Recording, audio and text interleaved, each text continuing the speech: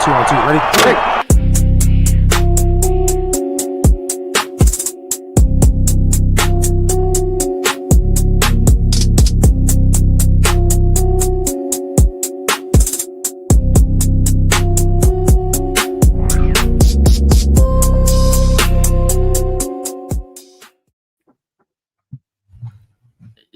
Hello. What's going on? How's it going? Pretty Can you good. hear How me? y'all doing? Yeah, everybody can hear you. Okay, cool. All right. Welcome to the Football Frame of Mind. This is not a weekly show, you guys. I repeat, this is not a weekly show. This is an interview. So this is interview time with the Football Frame of Mind, man. Y'all see the guy. Y'all see him. This is Todd McClure, man. Falcons Ring of Honor. All right. This is the guy that's been putting people on their back. Trying to. Putting people on their back through the SEC and the NFL, man. He is a legend. So I want y'all to welcome Todd McClure to the show, man. Thank y'all for having me, man. I'm been looking forward to this interview ever since y'all contacted me. Love talking ball, so ready to get at it. That's a pleasure, man. That's what we do. All right, so I'll start things off. So being in the state of Louisiana, right? What did it mean for you to go to LSU? Yeah, it was everything to me. I grew up here in Baton Rouge, 15 minutes, 20 minutes from campus, and it was a childhood dream. You know, I grew up, everything I watched, everything I dreamed of was possibly playing one day at LSU, whether it was, baseball or football. It wound up being football. But it meant everything to me. I always knew if LSU offered, that's where I would go, and it just worked out. Got to live out a childhood dream for sure. All right. Cool. Go ahead, Brandon. We'll bounce you. I mean, I've been there before, but like, what is it like, I guess, playing in Death Valley compared to like some of these other places? Because obviously you hear stuff like the Swamp and a lot of these other places, Rocky Top, places that are like held in high regard. But I think a lot of people are under the impression Death Valley is obviously just nothing like it, especially on Saturday night. Just that intensity, that crowd just being so loud. Like, what do you like? Do you feel like that is accurate, or do you feel like maybe someone else should have that title? No, I definitely feel like it's accurate. I got chills listening to you describe it. Just thinking about it. And for me, I played on offense, so when we were out there on offense, we didn't have to operate in that environment. But whenever our defense was out there, and you got big stops during a big SEC game, a big meaningful game on a Saturday night, there was nothing like it. Make the hair stand up on the back of your neck. But for me, having to operate in the offense, other than Death Valley, in college, the Swamp was the loudest place I ever played in that I had to operate. I never played in Neyland Stadium, never played between the hedges at Georgia. But for me, as an offense, the Swamp was pretty loud at times. Okay. So when the NFL process started for you, when did you know that was a possibility? I tell you, so I started my freshman year, my true freshman year. I came in about 7 games into the season. Our starter got hurt. I had the opportunity to finish out the season and then start in a bowl game. It was actually the Independence Bowl against Notre Dame. My first thing when I went to LSU was I was on a football scholarship, but we had already talked and already said that I was going to play baseball also. So it came that time after my freshman year, and Coach Jerry DiNardo was our head coach at the time, and he called me in. He goes, "Look, we think you're going to be our starter here next year. We really feel like you have the the potential to make it to the NFL. So we really want you to think about not playing baseball because your spring, the spring coming up will be really important for you for football." So at that point, it was easy. He said the right things to me, about the potential to play in the NFL. So I put all my baseball dreams on the back burner and just pursued football. And Coach Nardo knew what he was talking about, and it worked out for me. All right, cool. How was it? How was it playing for him? Because I've heard like mixed, like you hear some really good things, some really off things. Kind of like a mixed bag of chips. That's obviously right before Saban gets in the town. Like, what was your experience like with Coach? I had an unbelievable experience with him, and you're absolutely right. You talk to guys to this day that played for him, and there's no in between. You either loved him or you hated him. I always tell people if you were a guy that did the right thing, that you went to class, that you showed up, you were accountable.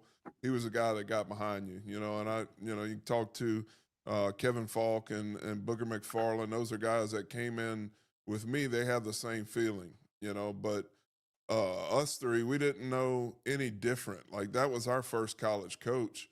There were a lot of guys that were already there that experienced Curly Hallman, experienced a different coach. So they had already in their mind what college football or what they thought it should look like.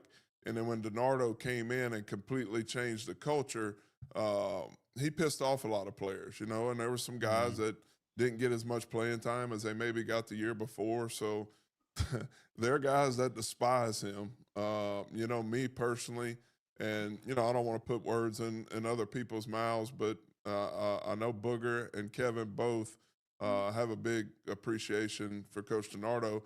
But towards the end of his time, when everything started going south, it wasn't a good experience for anybody around the program, which, like it happens around any programs that go on a decline, it's bad pretty quick. So those guys that were there towards the end of his tenure, they don't have many good things to say, but he was great for me.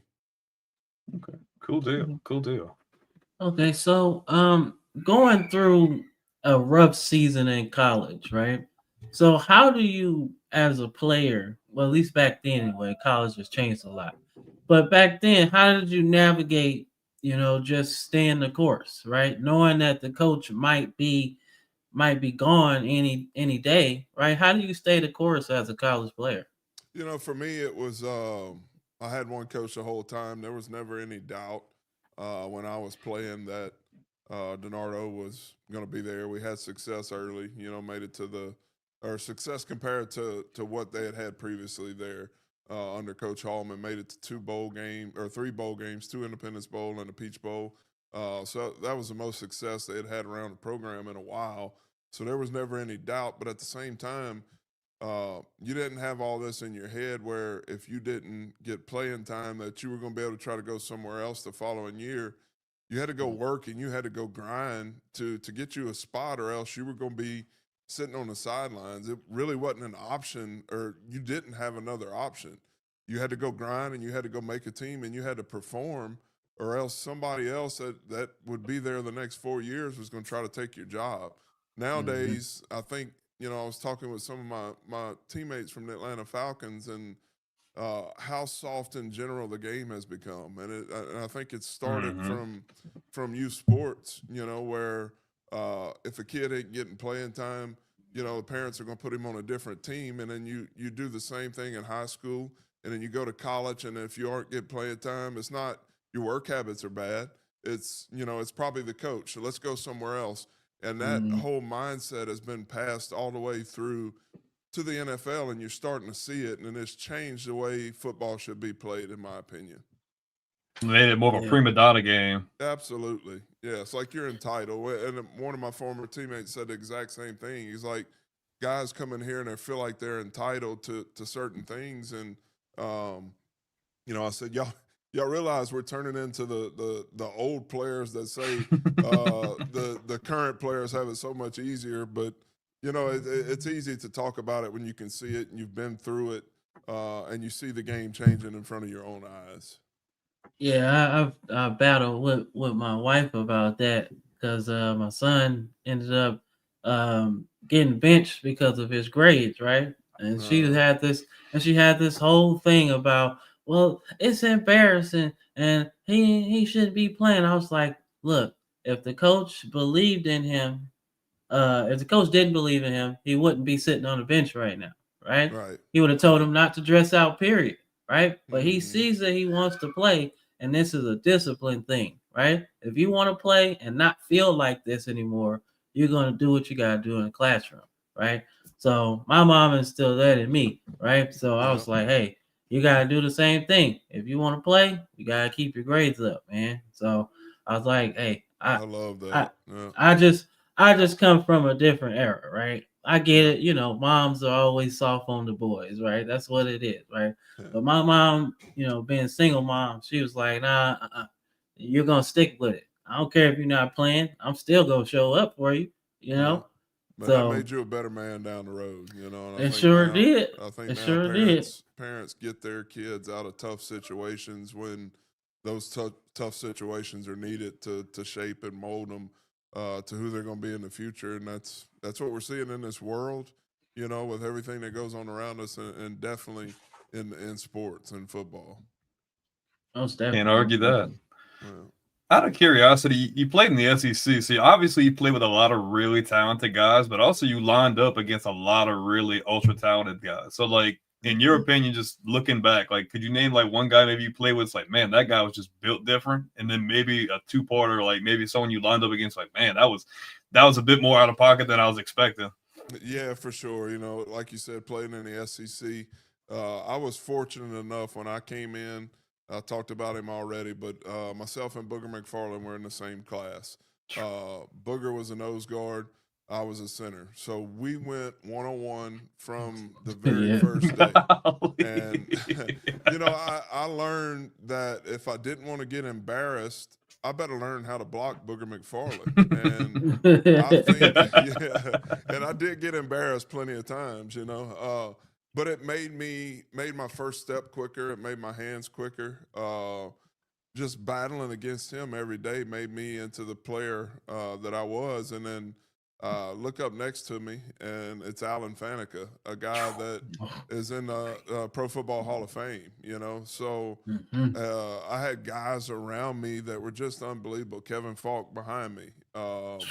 You know, and then so many guys on that team that I played with at LSU made it to the NFL. Gabe Northern, Kenny Mixon, Mark Roman, Joe West. I can name so many guys, but I mean, it's like any SEC program. You're going to have a lot of guys, but those are the names that jump out. And then I talked about Florida being a loud environment to have to go play in. What made it loud or made it tough was it was loud. And then you look outside, and Javon Curse is standing on the end, you know, and our that's got to be tackles intimidating, huh? No, it is, because you're trying to operate with the chaos going around you, and then you have to be perfect. I'll tell people all the time, offensive line, we're not as talented as anybody else on the field, so our technique has to be perfect to be able to stay on the field with those guys, because everybody on the field is more athletic. They're better athletes, and that's, you know, it can humble you really quick or make you go get good at your technique. Yeah. So my question is about the next question is about the draft process, right? Mm-hmm. So when they approached you, like, how did that process go when you started to prepare for the NFL? You know that's a possibility. I'm a draftable player. Like, how do you prepare for the draft? You know, I guess I first started when Coach Leonardo had told me that I had an opportunity, and then I think what helped me, you have pro scouts coming in to watch Alan Faneca, you know, a guy that was going to be a high round pick, and then while they're evaluating him, they're like, I might have caught their eye. You know, let's look at this center a little bit more. Let's play him beside him.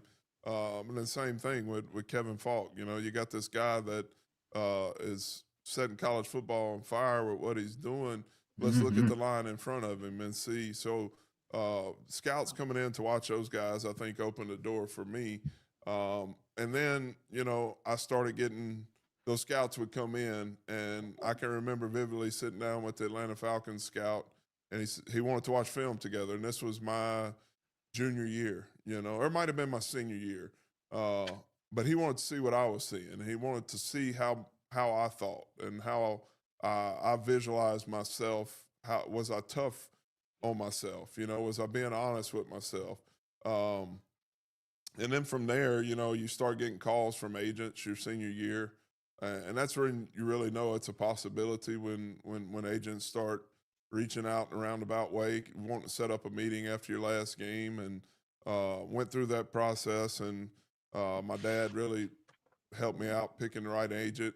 But you know, we had guys that had been using, like Alan Faneca, David LaFleur, Ben Bordelon. Those guys had used Mark Bartelstein and those guys before. So Kevin Mawai was another guy they used. It was easy to make that transition, but I didn't use Mark and Rick Smith initially. I used somebody else who I felt more comfortable with. And then it goes to the draft process. You know, I'm hearing from my agent that, you know, anywhere from second to fourth round is where I should be picked.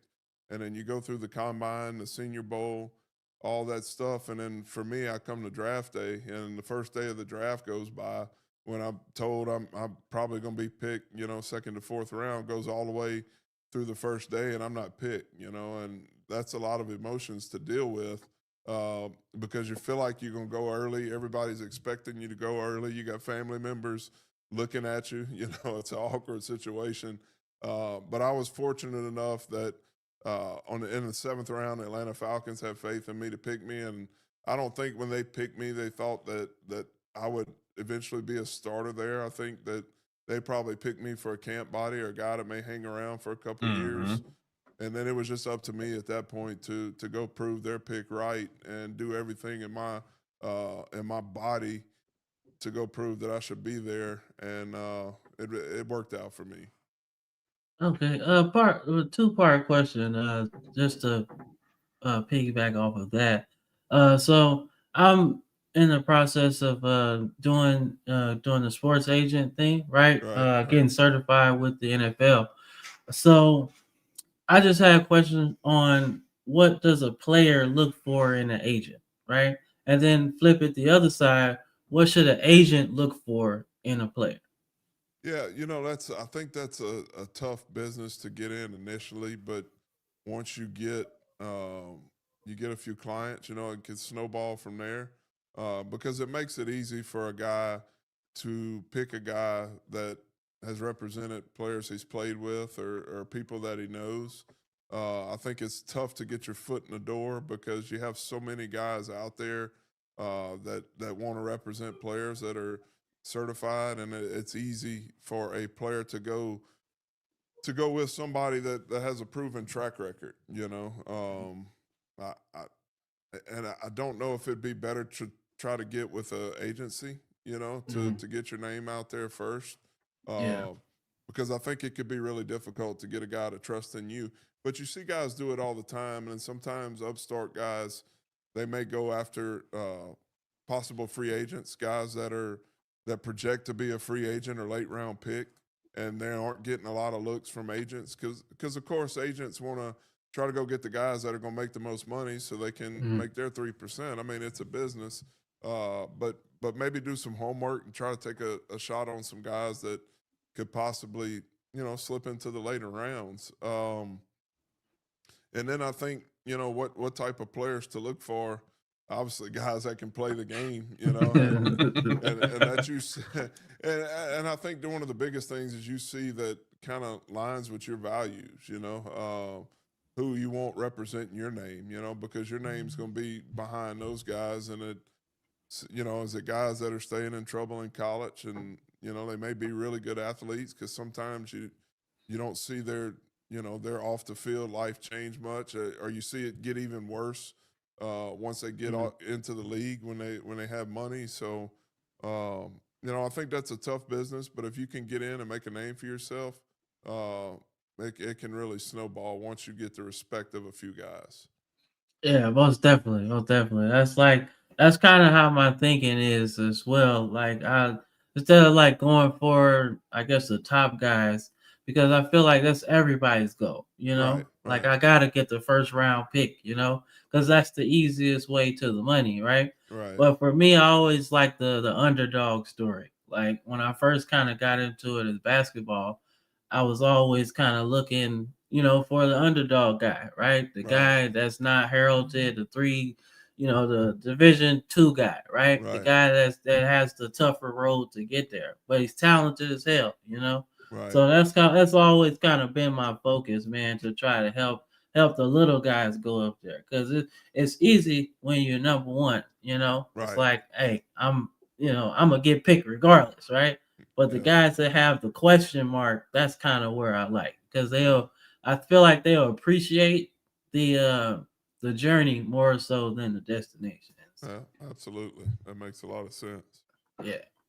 So, like, out of curiosity, you were alluding to how Atlanta took you in the 7th round. Were there other teams like contacting you? Because I know a lot of the times when you go into the process, you obviously have a lot of people trying to get in contact with you. Oh, we may be interested, may not be interested. Like, did you have any idea you might be going somewhere else, or somewhere else you might have been interested in going yourself? Out of curiosity. Yeah, for sure. During the combine, I never once talked to Atlanta other than the time I sat down with the scout my senior year, whenever it was. But like I didn't do an interview. They didn't call me in to do an interview. I didn't talk to any coaches or any scouts at the combine, even at the Senior Bowl. I did contact the Detroit Lions, San Francisco 49ers. Those were probably the Jacksonville Jaguars. Those were the three teams that I thought would be an option. And then Detroit called after the first day. And I think in 99, when I got drafted, the first 3 rounds were on the first day. So I got a call after that first day that the Detroit Lions called and said, look, we talked about it. We're going to draft you with our pick tomorrow in the 4th round. So I'm getting hyped, trying to envision myself playing in a Detroit uniform, and then that pick comes and goes, and it's like, man, here we go. Am I even going to get drafted now? So I had no idea it was going to be Atlanta. It just worked out that way, and, I wouldn't change anything in the process. It was great for me. 14 years in one city was an unbelievable experience. And that's not common at all anymore. Like, we go back to like how the times have changed and how players' mentalities change. Back then, it's like guys didn't want to leave anywhere. They knew if they liked the culture, they liked the vibe, or if they felt like they had a chance to win a Super Bowl or really compete, nowadays it's just really just money driven, vibe driven, like cloud, social media, all that kind of thing. So it's cool to kind of see that point of view for a guy that just stayed in one spot, you know. Yeah, absolutely. And I had the opportunity to go into free agency 2 or 3 times, but I never really got to true free agency. You know, I was there was a few teams that kind of reached out to my agent, you know, towards the end of the season, like, look, you know, keep us in the back of your mind. And I can remember Jacksonville. Me and my wife started looking up houses in Jacksonville because we thought that would be a possibility at one point. Um, but Was then that if when I Jack Del Rio was there, or yeah, that would have been, yeah, I after believe it Coughlin was and all that? yeah, for sure. It was Jack Del Rio. That was when Hmm. Fred Taylor was there, you know, so towards Yeah. the end Tony Another. Baselli was there. That's another good one. Yeah.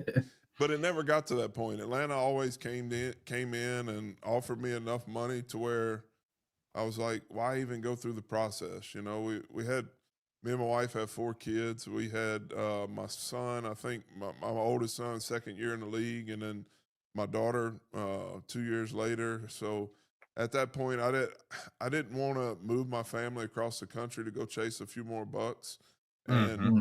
and Okay. looking back now, for me, if I would have done that, it would have changed how people see me. I wouldn't have been in the Atlanta Falcons Ring of Honor, and to me, that legacy means more than a few bucks, you know, because my kids, my grandkids can look up and see my name one day, and if I would have chased a few more bucks, it definitely would have been different. All right. Understandable. So we did the draft. We've done college. So I have to ask, what was Dan Reeves like as a coach? He was unbelievable. You know, he was old school. Our Yeah. practices were long as hell. We had long practices. They were physical. He was a no nonsense guy. You know, Mm-hmm. he was a in your face type of coach. You know, he was going to tell you how he thought. He wasn't going to sugarcoat it. Um, some of the longest training camps. I mean, it was physical, run the ball. But you know, he had a track record, and guys believed in him. I loved every bit of it. When you got off the field, you know, he also loved on you. You know, when you did good, uh, you know, he wrapped his arm around you and told you how good you did. But that allowed him to be tough on you when you weren't doing great. Uh, Mm-hmm. he had been around, you know, great coaches with Tom Landry. You know, he had been Mm-hmm. in Denver. He had been to with the New York Giants, and then Mm-hmm. you know he was a guy that I grew up watching. You know, everybody knew who Dan Reeves was, and for him to draft me and to talk to him on the phone in round 7 that, hey Todd, this is Coach Reeves. We look forward to having you. You know, it was really cool, and he was a guy that passed away not too long ago, but I have a ton of Yeah. respect for Coach Reeves and his family. Yeah. I love me some Dan Reeves. That's a when you talk about a football life, Yeah, that's a football life, man. absolutely. You Yeah. know, So he's got his son-in-law, Joe D. Camillus, is still coaching. Joe D. was a special teams coach. He's been all around the league. I think he's actually in South Carolina with Coach Beamer's staff now. But that was Coach Dan Reeves' son-in-law, one of my favorite coaches to be around also. and then I let you do your 2 questions too, Brandon. But I gotta ask, what was the big man like? What was Arthur Blank like? Like He's as awesome. a player at You couldn't ask for anything more, and I tell people that all the time. I actually 2 weeks ago got to sit with him up in a suite in New Orleans when they played the Saints. He's an owner that truly cares, and I know this may sound like, you know, it's just lip service, but he truly cares about his players. Mm-hmm. When you do him right and you give him everything that you have, and he sees it and he hears from coaches and you know, people around the staff, around the building, the type of person you are, he's going to take care of you, and he remembers everything. You know, he Mm-hmm. brought up stuff to me 2 weeks ago that I had forgot about. You know, we played. It was Matt Ryan's rookie year. We made it to the playoffs, and I started doing a little mohawk and dyeing it whenever we were making it into the playoffs. And he had a bet with me.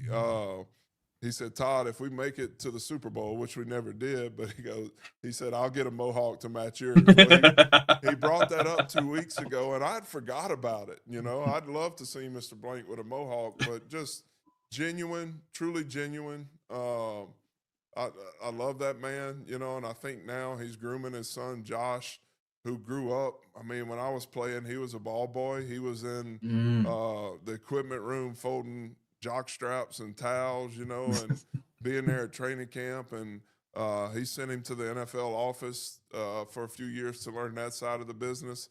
And now, whenever you see Mr. Blank, if it's around any of the teams, Josh is right there shadowing him.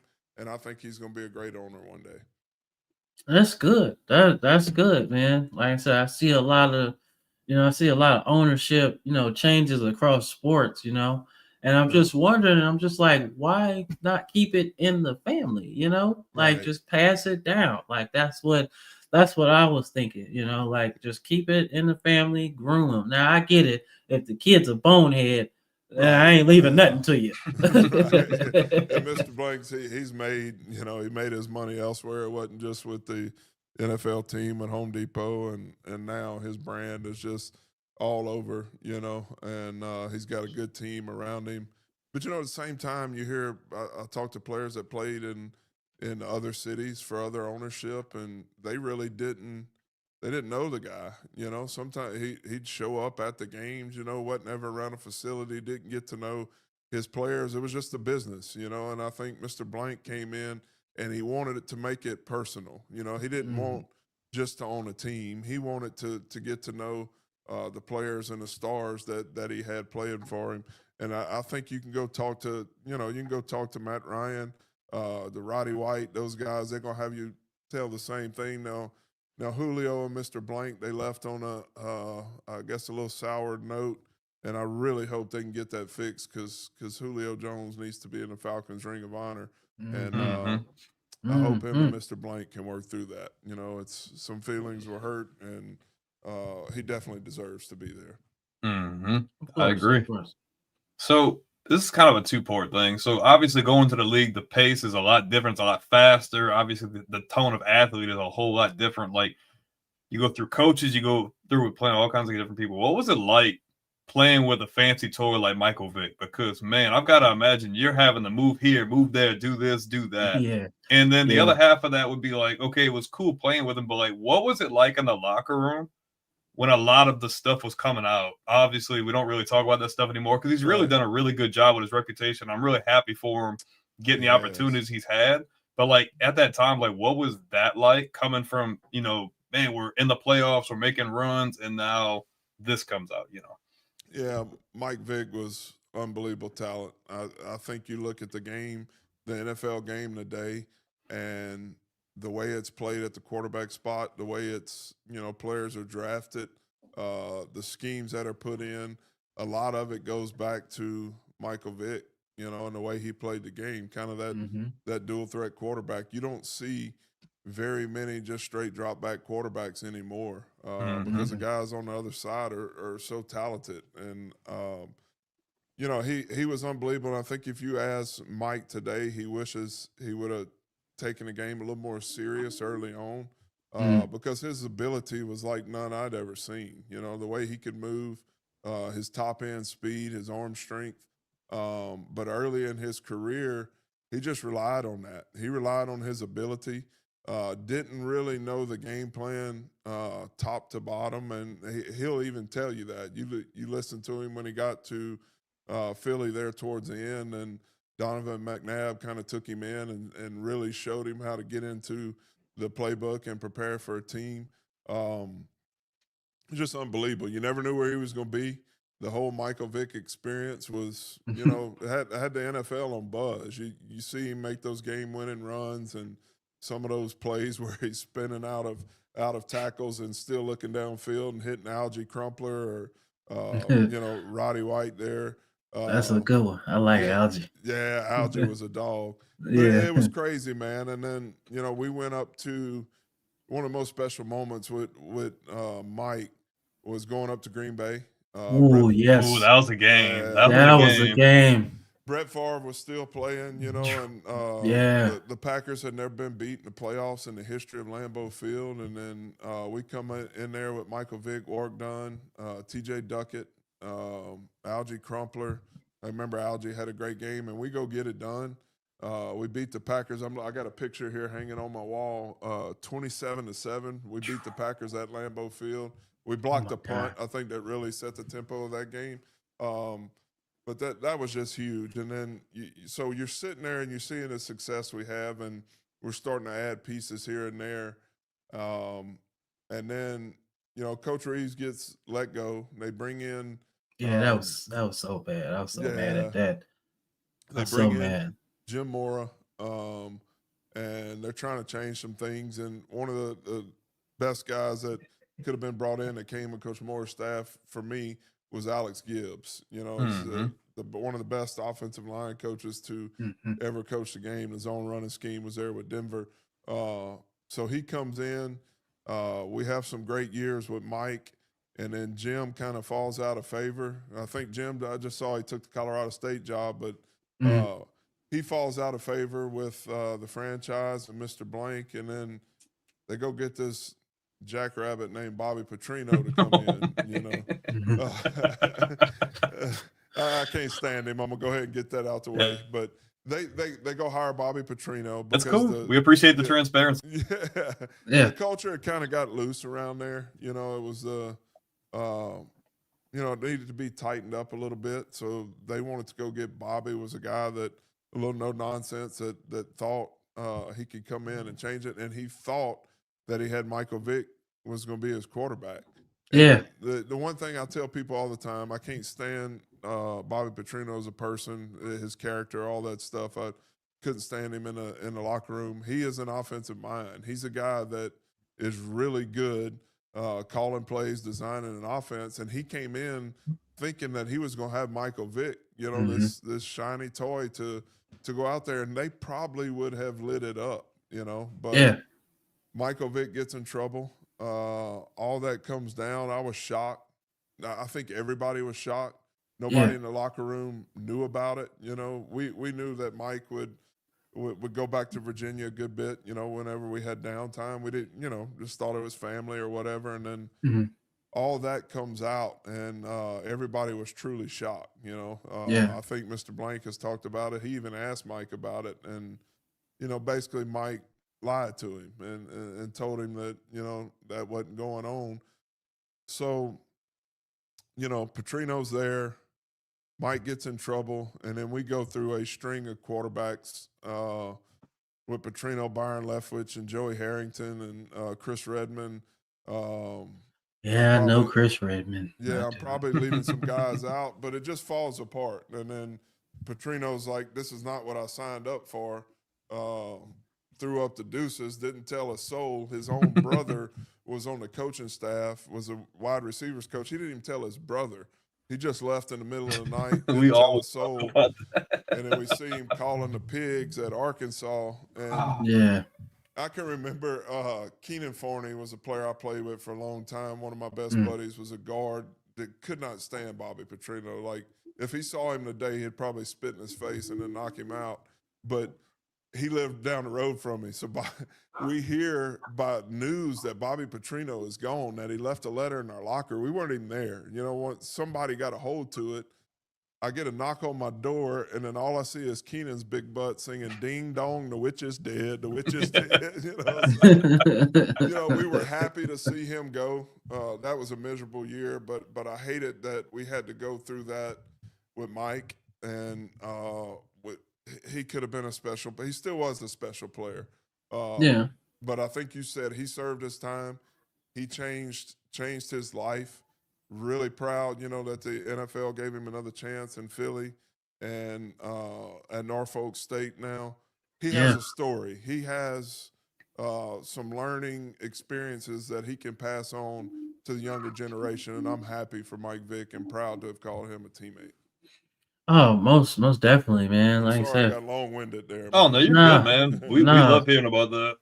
No, that's the inside stuff that people really don't get a chance to really feel, you know? Like everybody kind of gets the the outside stuff, the outside noise. Like, oh my God, he got in trouble. He ain't nothing but Right. a troublemaker. But Yeah. really, it just happens. Sometimes life. I would think that life came at him really, really fast, right? Yeah, and You're, he talks about it. He grew up around it. He grew up, and the dog fighting was going on, so um, he didn't see anything wrong with it. It's how he was raised, and then he got a little money and just wanted to do what he grew up around. And I think yeah, sometimes athletes have a hard time separating from their boys, from their friends, and even family, but hmm at times when you're looked at under a tighter microscope, sometimes those tough decisions, if you can separate from people that don't have the same goals as you anymore, and it's hard. It's easy to say, but it's hard to do.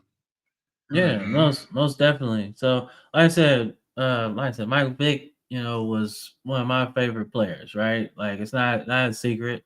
Growing up, like you just like, man, he owns shoes. He had the commercials Yeah, on the cover of Madden. Like, yo, he was everywhere. yeah, So to kind of see him almost brought down to earth in a sense, it was kind of like, okay, well now everything that was wrong in terms of playing football, you got a chance to think about, right. right? Yeah, And when he came back with Philly, that was such a good story, right? Redemption, all of that, right? But he turned into a quarterback instead of an right. athlete. Yeah, And that was the best thing to see. I was like, look at him go through his progressions, man. And then you yeah. I got know. and then you I got know it. Deshaun Jackson down He there had just some throwing. weapons. Yeah, he did. So I was like, yo, this is cool to watch. So my next question is about retirement, right? Mhm. We got a comment in here, but I'm gonna say that to the end. But when did you know it was time to retire? I retired in 2012. We had a great year, played the San Francisco 49ers in an NFC championship game. We got down to the 15-yard line. Uh, we're 15 yards from going to the Super Bowl. And I can remember it like it was yesterday. Got Tony Gonzalez and Roddy White in a route, and I think Roddy slipped a little bit. There was a little pass interference, or what we thought should have been pass interference, didn't get called. San Francisco wins that game and goes on to the Super Bowl. Um, so after that year, I wanted to play one more year. I thought we had a special team around us. My contract was up.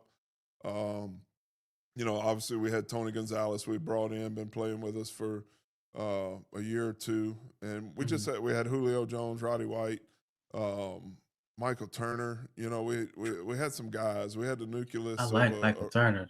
I like yeah, him. he's one of the guys I was talking to earlier about the game getting soft, but we had a really good group, and I felt like us making it to the NFC Championship game that we could possibly get back and maybe get a chance to go to the Super Bowl the next year. So I wanted to play one more year. Uh, but Thomas Dimitroff was the GM at the time, another guy that I don't have a whole lot of respect for because he didn't, the way he handled things, didn't communicate with veterans. It was almost like he was scared to talk to us. Um, but he wanted to go in another direction. And I understand, I was slowing down as a player. Mhm. But what I brought mentally and as a leader, I had one more year in me. But sometimes those tough decisions have to be made. They wanted to go in a younger direction. I had a couple teams reach out, and I didn't want to play just for anybody. I wanted to play in Atlanta. So, Mhm. after that, they started the season. I hadn't officially, no, I had officially retired, but I get a call after the third or fourth week when things aren't going good. The young center's struggling a little bit, and um, I get a call from one of the scouts, want to know if I'm still in shape, and that they were going to bring me in and uh, get me back into the mix. And then I don't hear a drop from nobody. Like Thomas never called. Nobody called to let me know. Look, we're not interested or whatever. I've been spent 14 years there, and just the way they handled that, I stayed retired, and that was it. Probably now, the way I feel is probably good. I didn't play one more year with my joints, but long story short, I retired in 2012. Really wanted to play one more year, and then that year was tough for the Falcons. A lot of things went wrong early for that team. Okay. Cool. Just a quick two-parter. Obviously, you grew up in Louisiana, so I assume you grew up liking the Saints. So you go into their arch rival, which Come is on now, already easy a now. crazy. Don't assume too much now.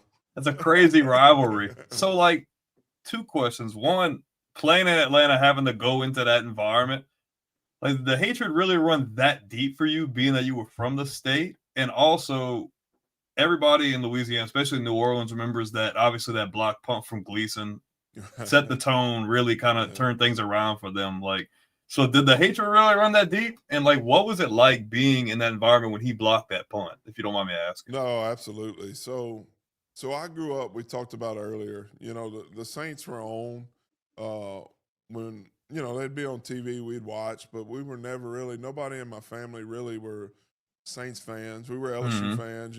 Followed the college game. But if they were on, we watched, but never really, truly pulled for the Saints.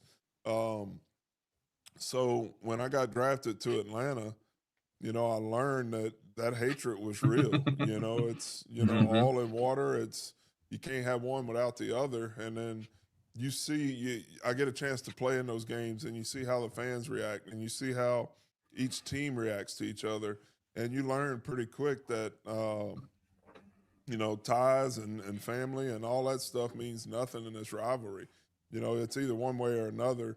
And you learn to build up some hate towards a franchise. And I say hate. If I saw those guys, I'd shake their hand or whatever that I competed against. But two teams and franchises that don't like each other.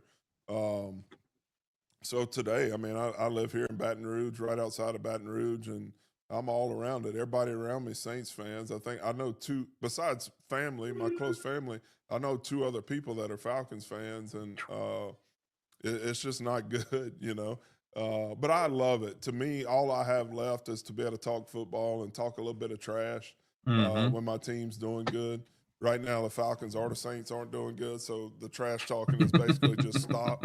Luckily for Lane Kiffin, we got something to talk about. But yeah. And you talk about that game coming back after Katrina.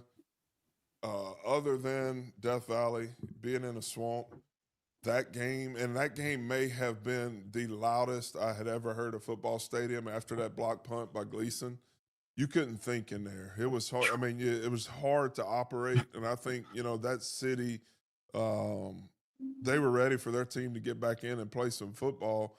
And I can remember Jim Mora telling us in the locker room, or Jim Mora Jr. after the game, he was like, guys, he said, I didn't want to tell y'all before the game, but he grew up. Jim Mora Jr. grew up in New Orleans. His daddy obviously was a coach for the Saints. He was like, I didn't want to tell y'all before, but the whole world was rooting against us. We had no shot in this game. Let's get ready for next week. But when Gleason blocked that punt, I'm telling you, I thought the roof was going to come off of that place. It was just an unbelievable environment. And where they went from there with Drew Brees coming in and the run they went on to win that Super Bowl, that's, I hear that all the time from these Saints fans because they have a ring. The Falcons don't. And then the only Super Bowl we get to, we lose after having a 28-3 lead, and that comes up every time a trash talking session comes up. Well, yeah, Brandon talks about that a lot. He talks about that a lot. When they have nothing else to say, 28-3 comes up, so. Yeah. And I'm like, you know what? Because I had family and friends watching the game. It's like, yeah, Dirty Bird. I'm dancing Dirty Bird all day. We about to do it. I was like, man, I don't think Tom Brady's like, hold my beer, watch this. And I was at that game. Me and my wife went. Dude. And dude, we sat behind two Patriots fans, and they were ready. I think they were ready to leave. And then we were talking so much trash at that point. I'm just being honest. And then he gets a touchdown, and then another one, and then Welker makes that catch. I'm like, uh-oh, we got to find a way out of here.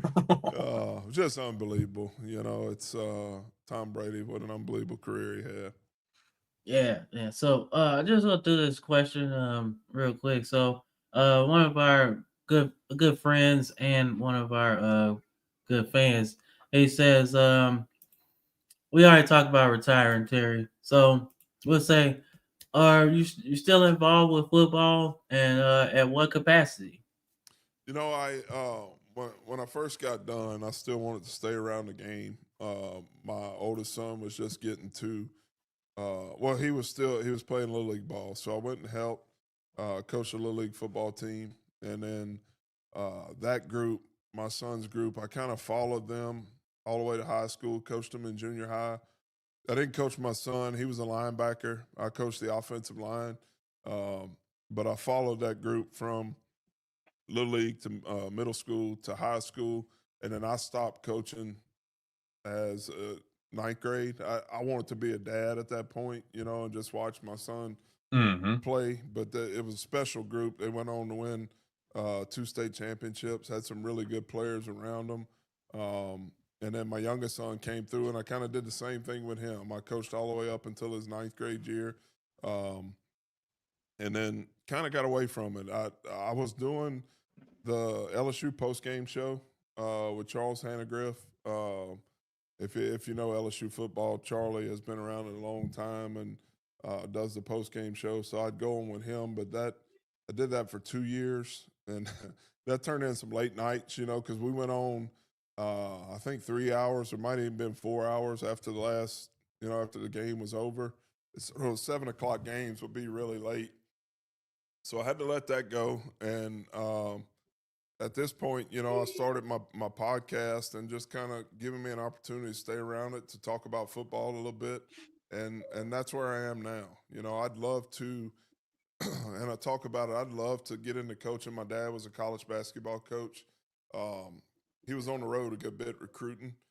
He was always there for us though, so I always said I didn't want to be away from my family.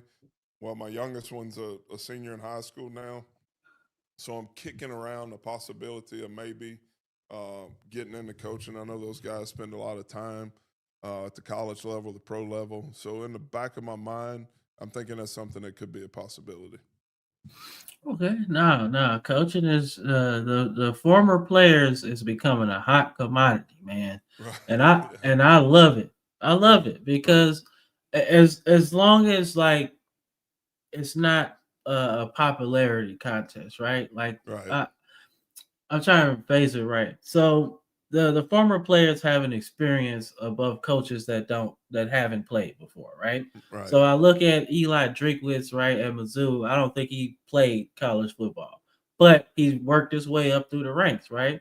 Right. So that's really good, right? But I just hope like the coaches that are former players don't just throw that around. You know, No, don't I'm with throw you. I get. Yeah, I yeah, understand where you're coming at. You look yeah. at now like you know, with Prime, everybody wants to be kind of doing what Coach Prime is doing, and then Mm. um, you know, Mike goes to Norfolk, and now we're talking about Marshall Falk at Southern. Um, Ex players have, you know, they can relate to current players a little bit better, but not every ex player is a great football coach. You Yeah, know, some yeah, yeah, guys. And I'm not talking bad about him. When I first came to the NFL, Art Shell was my offensive line coach, yeah. He's a and good one. He's a good yeah, one. he was a great player. You know, of course, a Hall of Famer, and things came easy to him. So as a young player, I didn't learn a lot from Art because he just assumed that everybody should be able to do what he did. You know, and Hmm. I didn't learn enough about the game from Art. Was a great guy, great man. Just didn't great player, didn't teach the game as well as I thought he should have for a younger player. And then I get a guy that comes in like Alex Gibbs that I don't know if he's ever held a football before, but he's one of the best football coaches that I'd ever been around. You know, he's you know, a little bitty guy. He coached with Woody Hayes at Ohio State. He learned the game from the defensive side. He was a defensive back coach for Woody Hayes at Ohio State. He learned the game from that side. That's how he taught the game. He taught the game to offensive linemen how a defense was to be played, where safeties were. And once you can learn that, it makes you understand the game. So saying all that is, you know, not every ex-player is a great coach, but you don't have to have that experience on the field to be a great coach. I've seen it both ways. Yeah, yeah, most definitely, most definitely. So, like I said, I like the former players getting more opportunities because sometimes they don't. You know, a Right. lot of people shy away from it. You know, I see it in other sports, right? Jason Kidd gets right out of playing, goes into being a head coach. You know, Right. so I see that part of it, but I do like that. You know, guys like Marshall Falk is getting that Southern job. You know, Michael Vick at Norfolk, Deshaun Jackson getting his job as Right. well. So I like that part, you know, because they do have. I think all the former players do have a perspective that could work, you know. Absolutely. So, but like I said, it's all about growing from that point, you know. Yeah. So yeah, Out of curiosity, I mean, I think everybody wants to hear perspective on this. Obviously, Lane Kiffin finally, the saga finally ends. The drama seems like Right. it's going to be rolling on for some time now. But how do you feel about it? Like from a player's perspective, how do you feel about Lane? What do you think he probably brings to the table? And do you think getting a guy like that really gets them back into that conversation, gets the brand back where it needs to be? Yeah, absolutely. I guess I'll start right there with your last one. I think at this point, Lane Kiffin was the only right hire for this program. You know, after you fire Brian Kelly, one of the winningest coaches in college football history, you better have a backup plan. You know, you're not just going to be able to go hire anybody to come run this program because you just walked away from a big contract and a guy that has won a lot of football games. He just Mm-hmm. wasn't the right fit for this university. Um, so 6-7 years ago, I could not stand Lane Kiffin. You know, I just the baggage that he came with, I truly I thought he was a little weasel. You know, you watched him on the sideline and you're like, man, look at this. Of course, he was coaching for Alabama, you know, so I couldn't stand him because they were having success. Um, but I just didn't care for him too much. And I think if I dig hard enough, I could probably find uh, a Facebook post or something of me dogging him pretty bad. You know, I couldn't stand him. And then I think you watch, you know, his process.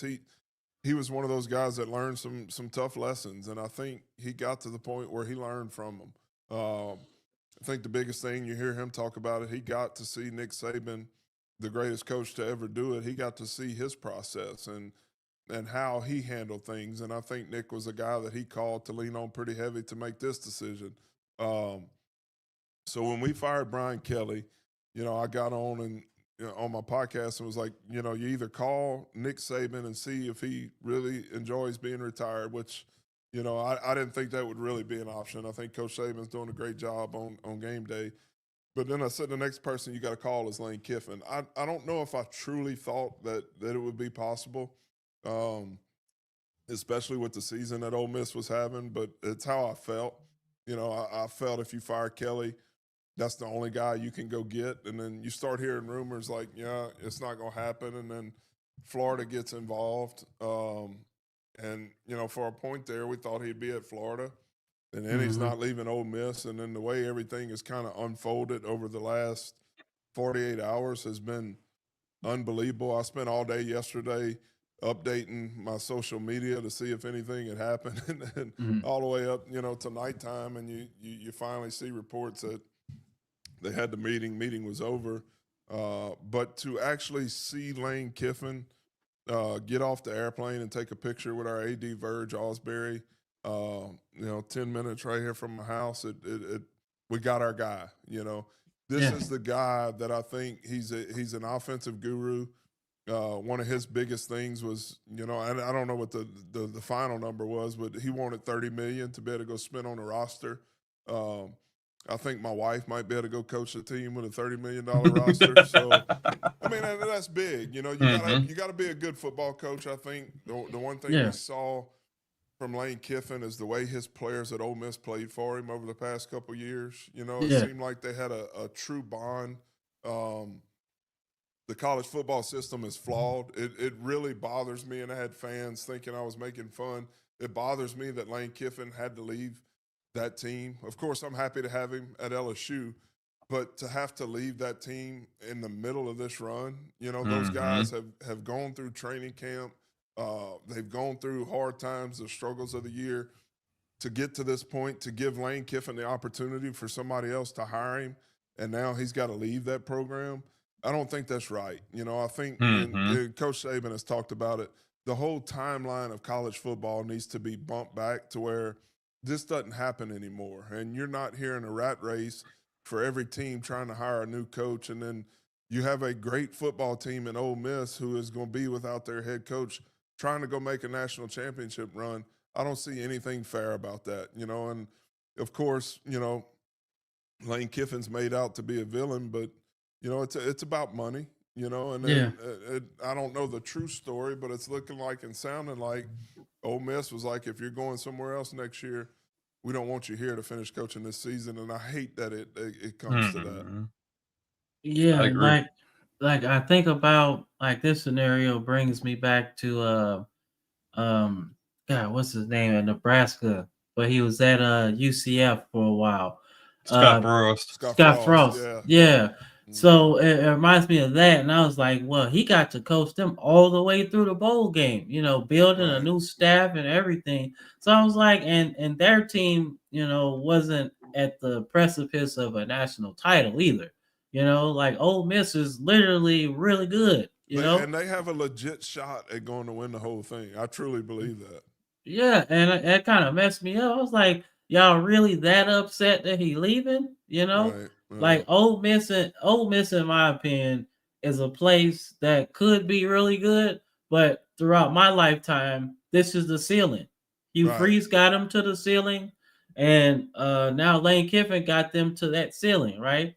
Like never the bride, always the bridesmaid, right? And it's usually because they can't get the guy, the dudes that they need, Right. They're stuck in So between Alabama and LSU in recruiting, that same area.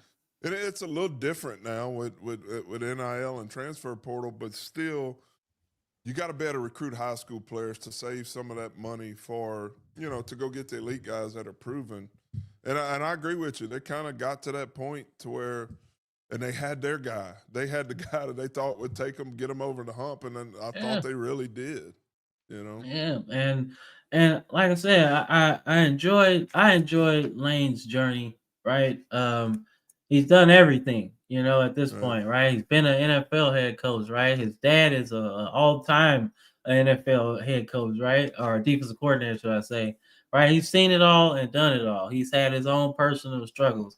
Like I love the fact that him and Sark have all definitely changed their life. They bettered themselves to Right. get to a better place right now.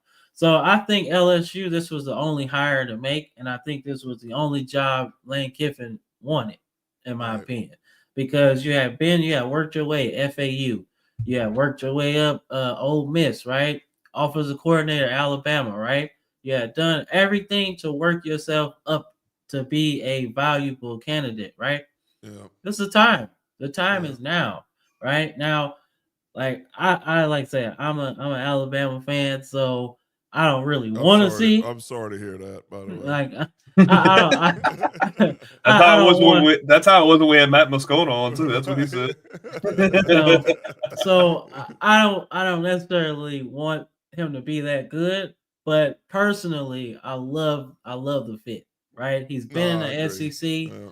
multiple times, right? As a head coach, offensive coordinator, like he's done it all.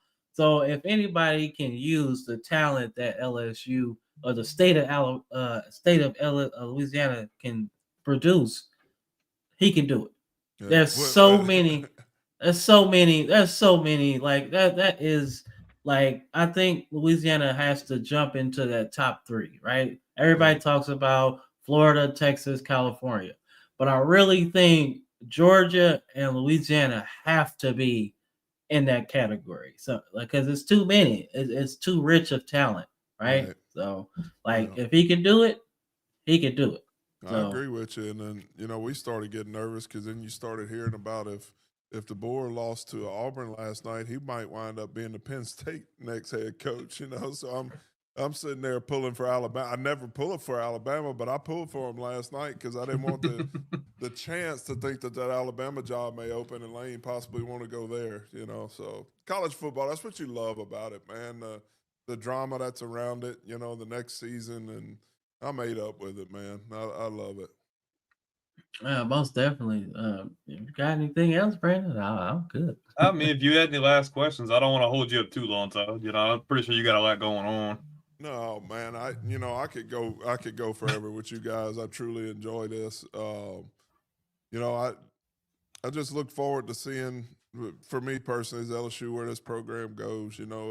I think it'll be interesting to see who Lane Kiffin brings from that staff at Ole Miss. Who wants to Mm-hmm. come with him, and then, like any good college football team, you're only as good as your quarterback, your starting quarterback. I don't think our starting quarterback for next year is on our roster. Um, I like Leavitt, that was at Arizona State. If he'll come to, or Levitt, however you say his name, I'm hearing he may be entering the portal. Um, I wish Trinidad Chambliss had another year. We might try to take him too, because Well, they were he's talking been about Kawan Lacey too, the running back. They were talking Lacey about is him legit. floating around. So, but we already Yeah, have a really deep running back room, so it's kind of like you don't really want to mess up that that right. chemistry you got. Yeah, but I guarantee you, if Lacey wanted to come, they'd find a Oh way yeah, to fit him in that room, because that guy's just different. He mm-hmm. reminds me of what's his name in Detroit? Now I'm drawing Gibbs. Gibbs. Gibbs. That same style, just got a sixth gear that when they get out there they could go. But so that'll be interesting. Who does he bring in? Who's the quarterback going to be? Does he leave? I really like Blake Baker, our Man, you got to defensive keep staff. him. You got Yeah. to, man. I Like, think you Yeah. have to, unless he gets. I'm hearing he may get the possible the Tulane job. So I don't know. It'll be interesting. We got the big fish now. We got to go put the pieces in place. Yeah. So, like I said, I think any quarterback that you guys get, Lane Kiffin's gonna work with it. Right. I think about his time at Alabama, and he had Blake Sims, Right. a former running back, defensive back, and he turned him into a playoff quarterback. That's crazy. So like just the thought of his genius, like he could take anybody. So if Yeah. he doesn't, if like I really like Van Buren, I like what I saw from him, and I think if Lane Kiffin got his hands on him, that would be crazy Yeah, because it'd be no, a and I can agree with that. I think he'll be a different player once, because our scheme and our system has not been good here at LSU. As far as running the ball and developing quarterbacks, yeah it hadn't been good. It may be interesting to see what Lane Kiffin can do with Van Buren with a better scheme, because he's going to put him in the right spot. yeah And we got to get better up front. Our offensive line has been a weak point, but a lot of that I think has been mentality in the scheme we're running, because those guys are athletes. You go back and look at some of their high school recruiting tape. Good God, some of those guys were unreal, and there's no way, if I looked yeah. at some of their tape and you told me they played the way they did, they're not getting coached right. The scheme's not right. So I think there's some talent in that room, but they do have to go find some pieces up front. I think Lane brings a presence that you wasn't gonna get with Brian Kelly. Yeah, for Initially, I just sure. felt like something was off, like Yeah. just from jump, and then the whole the family. I'm like, okay, this is either gonna be really good or really bad. Yeah. But like, I think he'd really get down with the culture. I think he'd really get down with the brand, and I think he can kind of bring LSU up to speed with obviously how he does business. But I think it makes it a lot easier on him because, like you said earlier, he doesn't have to spend that money as Right. much. It's in your backyard. You could literally recruit out of the state of Louisiana and not do anything else, and you'd be okay. Absolutely. Just keep the I just guys think it's here. a really good culture fit. Yeah, it's going to be fun. It definitely won't be dull for LSU football around here for the next few years. Yeah, Mm-hmm. and this might be the first time that, well, not the first time, but first time in a while that I've actually gotten into recruiting, right? Mm-hmm. Because everybody moves this way, everywhere, right? But for a while, I used to follow recruiting like religiously, Well, that was just your to team for the next 4 years, like those I used to, guys. yeah, I used to follow it. So now with Lane Kiffin, a lot of changes with other programs like Auburn, Arkansas, right?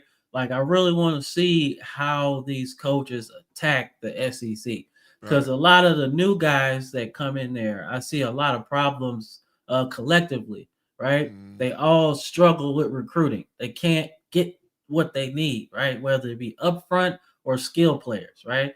and for Chad Morris, it was actually both. But but nonetheless, but I want to see how they attack it because it's a different ball game, man. The SEC recruiting feels like it's like a sport in and of itself. Like You're right about that. No doubt. yeah, Man, look, I enjoyed this. Let's not make this the last time. Let's do it Oh. again, man. I'd love to collab with you guys again. Maybe once we get to the playoffs or something, or start talking about NFL draft, whatever. Y'all hit me up, man. I'd love to Dude, do it. that's been our number one thing since day one. And it's Yeah. so hard to get content creators in general are hard to get in trouble, like contact with, but like doing stuff like this has been something we wanted to do like since day one. And getting Matt Moscona was a big deal. I thought that was a really cool thing. He's But an we awesome always wanted to dude, talk man. to former players. Yeah. And as soon as I seen you, I'm like, dude, this would be great. Yeah. We like to see, like, I guess the things that people don't see, the intricacies and the things that people never hear about. One, because they don't know what to ask, but two, is just a lot of people just don't ever make it to that level. You know what I mean? Like, we played at the high school level. I had injuries. I didn't go play any further than that. So it's like a lot of things like that. We just get really curious and want to hear like an actual player's perspective. I love it, man. Yeah, let's definitely do it. Even though, we got an Alabama fan, we'll still get on here and chat it up a little bit. You got to make it work. Oh, Lord. Yeah, but I mean, but like I said, man, we enjoy it, man. We enjoy collabing. We love like draft season. We love playoff season. We love all of that, man. So we talk football literally 365, 366 on a leap year. So we do it, man. So before we let you go, we gotta ask, where can people find you? Yeah, y'all go check us out. We're kind of like you guys. You guys have built really quick. We're trying to build our brand a little bit on Facebook at the Snapback with T-Mac on all platforms. We're on Instagram. We're really trying to get our YouTube subscribers up. So if any of y'all's fans would like to go like or subscribe to our YouTube channel, that'd be appreciative. We're on Twitter. We're on Twitter. We're under my name at Todd McClure 62. But just trying to talk football and, like you guys talked about, give people a little insight from a former player's perspective. So go hit like and share. Tell your friends about us. We really appreciate it. Definitely. And if you have any questions about YouTube or anything, feel free to ask at any point. Like it's been a lot of trial and error. It was just kind of something we've been wanting to do. And like one day I was like, hey, like, what you doing? I was like, I'm already doing this. I'm like, man, I kind of wanted to do this. And we just, it started really primitive. It started with like Zoom calls. The quality is not good, but the content is king. Right. And we've gone through the motions. We've been a part of other networks. We've worked with a bunch of people. We're kind of finally in a place where trying to grow and just continue to grow our brand and being able to do things like this. This is the stuff we live for. It's the kind of stuff we really enjoy wanting to do. Right. Well, that's awesome, man. Like I said, y'all don't hesitate. You're not bothering me. I enjoy doing this also. So if y'all see something coming up, hit me up, man. If I can fit it in my schedule, I'd love to. I'd definitely love to. Most definitely. Well, that's all we got, man. So, like I said, this is Todd McClure, man, legend, Falcons Ring of Honor, right? You've done it all, seen it all, put people on their backs for a very long time. So we hope y'all. Now I got a ticket to the Lane train, baby. Yes, sir. Yes, sir. Yes, sir. Thank you guys, man. Oh, thank you, man. It's been a real pleasure. Of course. Fellas. Yeah, y'all hit me up. Like I said, hit me up anytime, man, and we'll do it again. Oh, don't tell me with a good time, brother. Don't tell me. Thank y'all, fellas. You too, man. Thank you so much. All right. Let me see. No comments. Okay. I think we're good, Cam. All right. Man, so I got to hear your side. This is the second time we've done one of these, and it's the second time it just happens to be, on my side of the fence. No pun intended. But, like, what do you think? Like, what are your takeaways? Todd's a really cool guy, and we really enjoy that. Hey, can I ask y'all one thing? Yeah. Go ahead. Do we need to do I need to keep the computer on, or are we okay Xing out? I know sometimes you get asked to leave it up while it downloads or anything? No, Oh no. You're you're all right. good. You're all right. Okay. Yeah. All right, guys. Thank y'all, man. All Not a right. No problem. Have a problem. No great night, problem. man. All You right, too. y'all too. All right. All right. Cool. All right. So, but what are your takeaways, man? I know it's kind of funny it's being two straight LSU guys, but I just thought it was really cool to get a former NFL guy in there. I mean, look, I understand. Look, LSU is an awesome program. So my fandom doesn't necessarily like I don't hate, LSU like that. All right. Now, if you had a Tennessee guy on here, then it probably wouldn't be as friendly, right? But I like the insight, man. I like the insight from Matt Moscona, right? Because he's in this space and on the radio. So he's heard by thousands, millions, probably, depending on what platform you listen to. So that's where we trying to get to, right? Now, look, we won't necessarily be NFL players, but like I said, say, hey man, look, hey No, dude, my playing days AI are is long. crazy. If they start creating AI, Let me get like an AI generated image, like, oh, I played for ULM. I'll make a Photoshop roster pick. Yeah, it'd be all right. Like, you will never know. look, they got AI music right now, and that's taking the world by storm, right? So imagine if they had an AI generated body that you could just get into. Think about that. That's kind of Like, scary, bro. not for me. Sign me up. I'd be What like, hey, I'd be like Lieutenant Dan. Lieutenant Dan, new legs. no legs. What you thought about Todd though? He seems like a really cool guy. Like, just really, because like when I reach out to these kind of people, I always think, okay, either one, I'm not gonna get a response. Two, I'll get read with no response, or three, I'll use as my wife. Nah, we weren't talking like, well, the trash would be pointed at me. Yeah, he get ganged on, but yeah. it's intimidating sometimes to reach out to these guys because I don't want to bug them. I don't want to come off like condescending or just harassing them. So it is intimidating, but to like meet someone like that who just like me and you, and for him to be like, oh man, like, I'd love to keep doing this. That's, hey, like I said, don't send me with a good time, but that's a really good thing. Yeah, so like that's one of the things like that I like when you talk to people that are down to earth, like that's the big part that I like, like just having a conversation about sports, not no yelling, not no fussing, none of that. Just talking about sports like we would do at the barbershop, like we would do at school, like we would do with our friends, period. That's the kind of stuff I like, man. Like I said, that's why I don't really like a lot of other podcasts right now because it's a lot of yelling and screaming and too stuff. scripted. Like, I like off script, like how me and you have always just been like just off the dome. Like, obviously we do our research, but it's just me and you just talking. I agree with you. Yeah, like literally we still live right now. So we could literally be doing this for hours, you know what I'm saying? Dude, we had y'all don't see any of this, but like for a while, that's how it was. If it wasn't on screen, it was literally bam, bam, bam, bam, bam, bam, bam, bam. Oh, this is a cool idea. Hey, you remember this? You remember this? Remember this? Remember this? Like, just back and forth, back and forth. We've had to dial it back a little bit, but that's literally like how he said I could talk about it all day. That's literally us in a nutshell. Yeah, so but like I said, man, if y'all like this kind of stuff, man, like I said, we're gonna keep on doing it. We're gonna keep on doing it. We got our arms all over the place, right?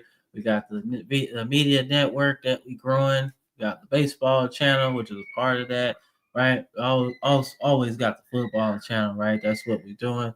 So we got our hands in music as well. So Check it out. if y'all like all kind of music, man, just fuck with us, man. You can use our stuff, man. I'm not like one of them crazy dudes that be all up like, oh man, no, you gotta pay. I'm like, no, we'll work something out, right? But nonetheless, man, But we you hope got one dropping tomorrow too. yeah, I do. Yeah, midnight. The commissioner, man. Y'all check it out. I ain't got no video, but it's at the beginning of the video. You'll see it. It's gonna be fire. Yeah, the commissioner is gonna be cold, man. I had listened to it earlier and I was like, man, I got like got like 17 bangers on here, bro. like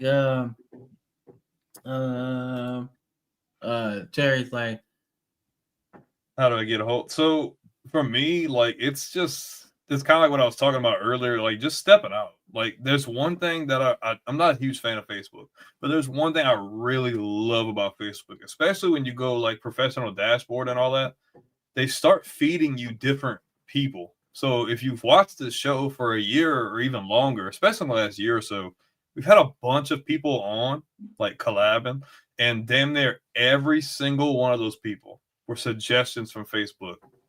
So Chanel last week was like that. Sports Nonsense and Whiskey, Houdini Network, Grid, like Pitch Grid, like so many people. So he popped up on my feed. I'm like, man, like, the name sounds familiar. Initially, I'm like, okay, cool. LSU podcast, dope. And I researched, I'm like, oh, dude, I remember you. You played in the freaking league. I'm like, a former player has been something we've talked about forever, since jump. Like, man, we got it. Because Moscona was cool, really cool. But like, I want to talk about stuff that nobody knows about. Like how you were asking about the draft and playing with this guy and that guy. So he popped up on my feed. I sent him I used to have a prompt that I'll kind of tweak based on who I'm talking to. yeah, Dude, within maybe not even 5 minutes, he had already read it and responded. So really quick, and he's really cordial. I was just like, hey man, like if you really like, he was like, before I even got to ask anything, I was just like, yeah, man, let's do it. I'm like, that's awesome. So, and I felt like the whole time I was scared. I was like, I don't want to freaking push too much. And he's gonna be like, oh man, y'all, you kind of asking me too many questions. But I just had to, I want to make sure that everything, I strive to make sure it's as convenient and smooth for that person as possible, because it's a privilege even having them on here. I come at it like I'm trying to be, you're the special guest. Don't pay any attention to me. I want you to be comfortable. And he was really easy to work with, really easy to talk to. And if you're watching or have been watching, you can see it. He's a really down-to-earth guy. Just like us, just wants to talk football all day, every day.